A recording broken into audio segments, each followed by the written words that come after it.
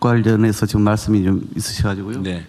제가 살펴봤더니 현재 개인정보 보호 담당 인력이 이제 평균 그 1.9명인데 이 개인정보 보호만 전담하는 인력은 기관당 0.7명입니다. 그러니까 매우 지금 부족한 상황이고요. 더구나 재직 기간을 봤더니 그러니까 1년 미만이 34.2%, 2년 미만이 56.3%니까 대부분이 그냥 잠깐 근무하다 또 이동하는 이런 이제 상황이기 때문에 전문 인력도 좀 부족한 상황입니다. 그래서 오늘 요청이 있어서 기획처도 각 부처가 개인정보 보호를 위한 소요를 좀 충분히 편성해서 요구를 하면 저희도 적극 좀 지원 검토하겠습니다.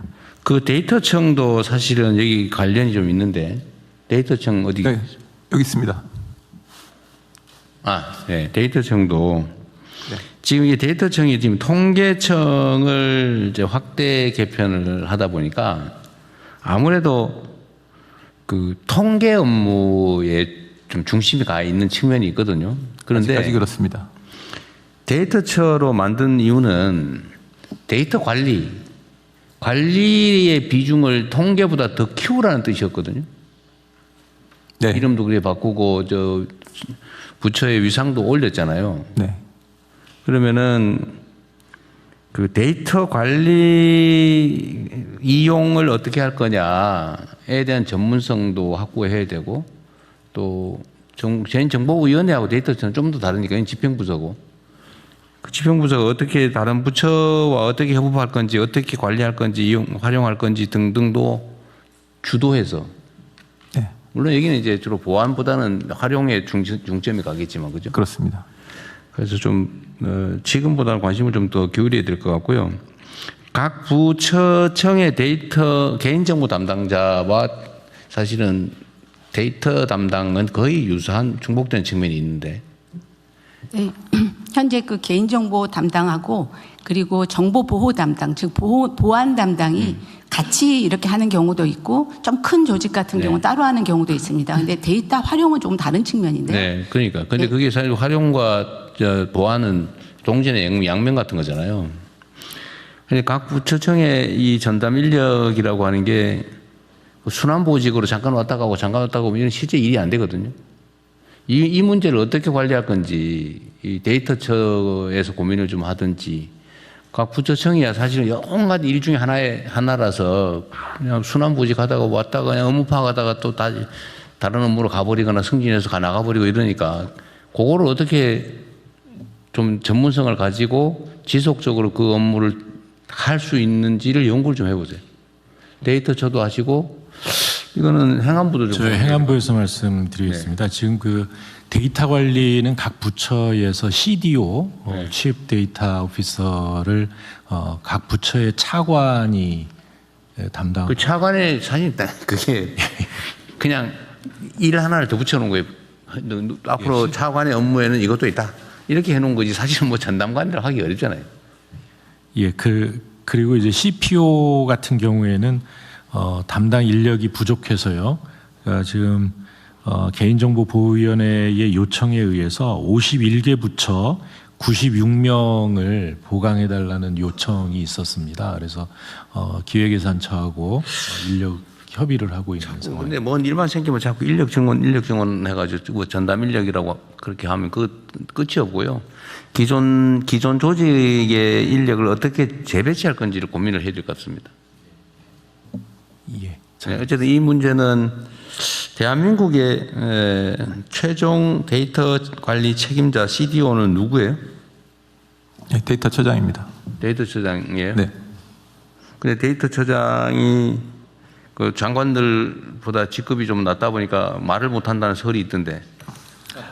아닙니다. 지금 준비하고 있습니다. 네, 그러면 안 돼요. 업무는 예. 업무지. 네. 제가 잠깐 말씀드리겠습니다. 네. 그 데이터 관리하는 인력을 당연히 그 각 부처마다 그 저희가 배치를 해야 되는데요. 그에 앞서서 각 부처가 소관 데이터를 관리하는 것이 먼저 더 중요합니다. 그렇죠. 근데 지금 AI 시대의 데이터는 AI용 데이터로 이전에 있던 행정자료나 정책 자료를 AI용 데이터로 전환시켜서 관리하는 것이 무엇보다 중요하고요.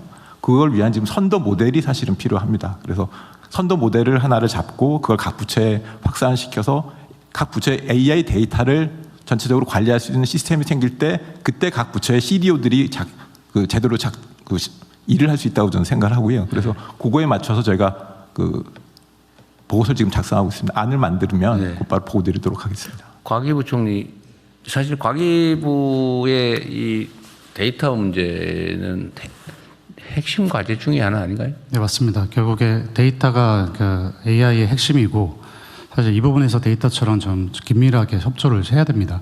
그리고 하나 좀 말씀드리고 싶은 부분은 데이터 쪽에서 이제 데이터 관리 그리고 개인정보에서 이런 개인정보를 사전에 이제 점검하는 부분도 중요하지만은 지금 시대적으로 인공지능으로 인해서 패러다임이 바뀌고 있습니다. 인공지능으로 해킹도 굉장히 쉽게 하고 있고 최근에 엔트로픽의 미토스가 굉장히 어떤 공격과 방어에서 굉장히 좀 기존의 어떤 체계를 완전 무력화시킬 정도의 성능을 내고 있습니다. 사실 사전 예방 측면에서 우리가 많은 더 고민을 해야 됩니다. 그러니까 사실 뭐 징벌적 과징금을 때리고 뭐 이런 저희가 기존에도 정보보호 체계가 있습니다. ISMS, IMSP를 운영하고 있음에도 불구하고 사실 기업들이 이 인증 체계를 받았음에도 불구하고 해킹을 당하고 있습니다. 그러니까 저희가 이제 정부가 지금은 이제 이런 관리 체계도 중요하고 사실은 이제 사전 예방 측면에서 우리가 인공지능 시대에서 우리가 이 정보보호 체계를 어떻게 바라볼지를 좀 심도 있게 논의할 필요가 있겠습니다. 예, 그 과기부가 해야 될 일 중에 하나죠. 네, 맞습니다. 예, 하세요. 네, 저희 개인정보위와 데이터 네. 저와 잘 협업해서 잘 이게 지금 이제 약간 업무가 분산되어 있는 측면인데 뭐 어쩔 수 없는데 개인정보 보호, 데이터 활용 그러면 이걸 체계적으로 어떻게 현장에 적용할 건지 과기부 얘기일 것 같은데. 과학기술 관계장관 회의 통해서 지금 개보이나 그러십시오. 데이터처가 다 참여하고 있습니다. 같이 논의를 네. 하고 있습니다. 어쨌든 이게 너무 얘기만 하고 진척이 좀 안 되는 느낌이 있어서 드린 말씀인데요. 좀 더 관심 가주시기 바랍니다. 대통령님 한 말씀만 네. 좀 더 드리겠습니다. 그 개인정보 같은 경우는 이제 유출만이 문제가 아니라 이제 침해라는 부분이 사실 영역이 또 매우 큽니다. 이거는 이제 뭐 동의 없는 수집이라든지 목적의 사용 같은 거라든지 이런 것이 다 관련이 되는데요.